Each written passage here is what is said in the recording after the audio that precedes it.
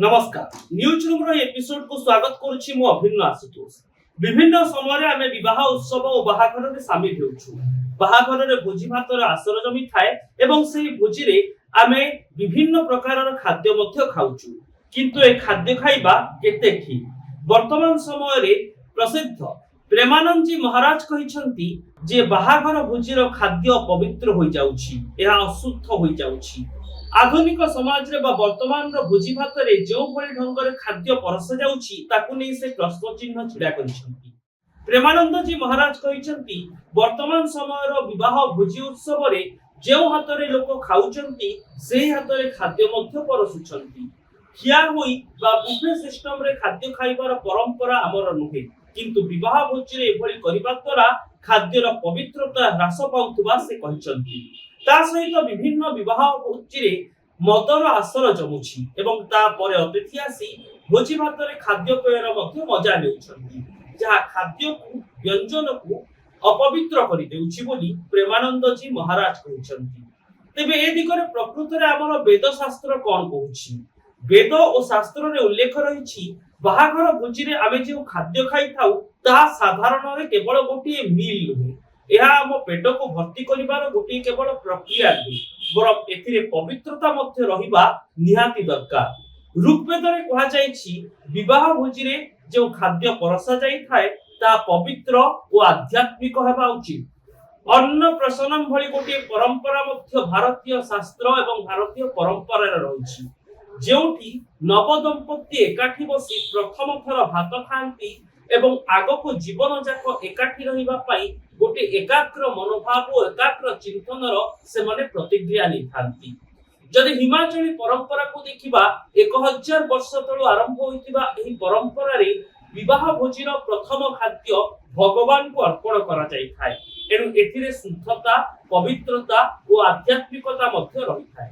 समान ढंग रे जदि काश्मीरी परंपरा को देखिबा या पेरिस परंपरा द्वारा प्रभावित काश्मीरी भोजी मानकरे 36 प्रकारर आइटम बा व्यंजन बा तरकारी परसिबार व्यवस्था रहिछि, किंतु से सब मध्य शुद्ध होइतिबा दरकार। विभिन्न परंपरा और संस्कृति रे शास्त्र रे उल्लेख रहिछि जे विवाह भोजी केवल एक साधारण खाद्य बा मील नुहे, एथिरे शक्ति रहि थाए, एथिरे पवित्रता रहि थाए, एथिरे भाईचारा रहि थाए। आदिवासी संस्कृति एवं परंपरा रे विवाह भोजी उत्सवर आयोजन को भाईचारार एक परंपरा भाव रे ग्रहण करा जाई थाए। समान ढंग रे राजा राजुड़ा शासन रे मध्य विवाह भोजीर आयोजन करा जाउथिला, किंतु धीरे धीरे परंपरागत खाद्य प्रणाली एक सामाजिक प्रतिपत्ति आड़को मुहाइला, अर्थात परंपरा संस्कृति रे जो विवाह भोजीर आयोजन कथा कहा जाउथिला, जेउथिरे भोजीर व्यंजन बा तरकारी भगवान को अर्पण करा जिबा, नवदंपति को आस्वादन करा जिबा, घी दही महू नवदंपति को लागि हेबा एभली परंपरा रहउथिला, ताहा धीरे धीरे परिवर्तित होई गला। राजा राजुड़ा शासन समय रे भोजी भात एक सामाजिक प्रतिपत्ति र फलक साजी गला, अर्थात किए केते ढंगर व्यंजन बा तरकारी परसी पारुचंती, किए केमिति भोजी भात आयोजन करूचंती, भोजी भात रे केते मौज हेउची ताकू गुरुत्व दिया गला। एवं आधुनिक समाज रे जे बुफे सिस्टम आरंभ हैला, जेतेबेले लोक माने खिया होई धाड़ी रे खाद्य संग्रह करूचंती, तांको खाद्य परसा जाउची, ताकू प्रेमानंद जी महाराज विरोध करिसंती। से कहिसंती एहा हम परंपरा अनुसार हेउनाही। हम परंपरा कहूची जे भोजी भात रे खाद्य परसिबा पूर्वरु लोक माने हाथ धोई थांती, जो माने विवाह उत्सवर आयोजन करि थांती से माने तांको स्वागत जणाइबा सहित तांको मुंडरे तिलक लगाई थांती, तांको प्रथमे आसन रे बसिबाकू दिया जाई थाए, प्रथमे पानी परसा जाई थाए एवं पानी परे चिराचरित पत्र रे खाद्य और तरकारी परसा जीवन परंपरा रहिछि, किंतु आधुनिक भोजी भात ए सब मूल परंपरा थारु दूरे जाउछि, जहा कि विवाह भोजीर खाद्य को अपवित्र और अशुद्ध करूछि बोली प्रेमानंद जी महाराज कहिछन्ति। या परे साधारण रे प्रश्न उठुछि प्रकृत रे कोन आमे वर्तमान जे भोजी भात रे खाद्य ग्रहण करूछु ता अपवित्र? देखंतु एहा तो व्यक्तिगत निष्पत्ति एवं व्यक्तिगत भावना ऊपर निर्भर करे, किंतु मु आपनकु वेद उपनिषद रो उदाहरण देली, शास्त्र कौन कहूची से नै मध्य प्रेमानंद जी महाराज स्पष्ट करिसंती। एणु आमको मानि नेबाकू पड़िबो जे भोजी भातरे बा साधारण रे परस जाउथबा खाद्य केवल पेट भर्ती पाई नुहे, एहा आम शक्ति को वृद्धि करिथाय। एथिरा आध्यात्मिकता रहिछि, कारण आपण माने देखिचंती मठ मंदिर रे मध्य भगवान को खाद्य ही भोग करा जाय थाय। एणु खाद्य आम परंपरा एवं आम आध्यात्मिकता सहित जड़ित। जदि एहार पवित्रता और शुद्धता बजाय रहिबो नाही, पारंपरिक भावरे एहा आम जीवन शैली को मध्य प्रभावित करिबो।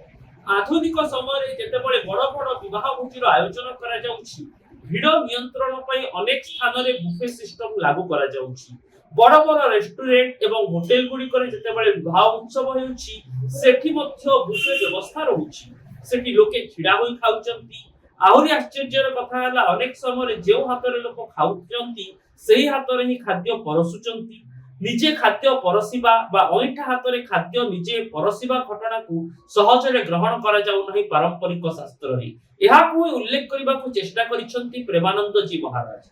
प्रेमानंद जी महाराज कर अनेक भक्त पूरा देश रे रहिसंती। देश बाहर मध्य प्रेमानंद जी महाराज कर मत और मंतव्य को अनेक लोक अनुसरण करुछंती। एणु विवाह भोजी रे परस जाउथबा खाद्य को प्रेमानंद जी महाराज अपवित्र और अशुद्ध करिबा परे एई खाद्य खाइबा केते दूर यथार्थ से नै मन रे अनेक लोकंकर प्रश्न छिडा होइछि। समस्ते एक संध्यान स्थिति रे अछंती, किंतु आधुनिकता भितरे मध्य परंपरा को आमे हजेई परिबा नाही। जेतेबेले आमे आम परंपरा को नै बंचुचु, परंपरा रो पृष्ठभूमि ऊपर आधुनिकता छिडा होइछि, सेतेबेले पारंपरिक दिगको मध्य आमको विश्वास करिबाकू पड़िबो, एहाको अनुपालन करिबाकू पड़िबो। भारतीय परंपरा रे खाद्य परस जीवा एवं खाद्य को गोपनीय भाव रे परस जीवा सहित यार शुद्धता एवं पवित्रता को बजाय रखिबा ऊपर गुरुत्व दिया जाउछि। एणु प्रेमानंद जी महाराज भिड़ भितरे एते संख्या रे लोक छिडा होई एकाठी खाइबा एवं ओइठा हातरे परस्पर थाली को धरिबा एभली घटना को अपवित्र बोली मने करिसंती। जहाको नै से निजर वक्तव्य रखिबा परे विवाह भोजी जे केते पवित्र केते अपवित्र ताकू नै एक नुआ वितर्क मध्य सृष्टि हेउछि। एणु आमको ए पूरा घटना को बुझिबा को हेले एहाको कोनसे विवाद आडको टाणी नेबा उचित नुहे। किछि लोक अछंती जे माने परंपरा ऊपर विश्वास करंती, अनेक हेतुवादी चिंताधारा मध्य समाज रे रहिछि। एणु विभिन्न वर्गर लोकंकर भिन्न भिन्न मत थाई पारे, किंतु विवाह भोजी रे परसा जाउथबा खाद्य पवित्र ना अपवित्र प्रेमानंद जी महाराज जे श्री कृष्णकर परम भक्त बोली मने करंती लोके, तांकर एपली मंतव्य आसीबा परे साधारण रे एक बड़ धरणर चर्चा सृष्टि हेउछि। विज्ञान मध्य आध्यात्मिकता एवं परंपरा को ग्रहण करिथाय। एणु विज्ञान रे गहि देई आमे हम परंपरा एवं आध्यात्मिकता को भूली परिबा नाही। आमको ए दिगरे निश्चित भाव रे विचार करिबा को पड़िबो। यह निजस्व व्यक्तिगत मत होई पारे जे आपण माने विवाह भोजी को गले केमिति खाउचंती, जेउ हातरे थाली धरुचंती सेही हातरे खाद्य परसुचंती कि, एवं मद मांसर आसर विवाह भोजी को जदि अपवित्र करूछि, आधुनिक समाज रे एहाकू दुरेई देबा कोन संभव कि? हमर आधुनिक चिंता एवं चेतना रे परिवर्तन आसीबा उचित कि?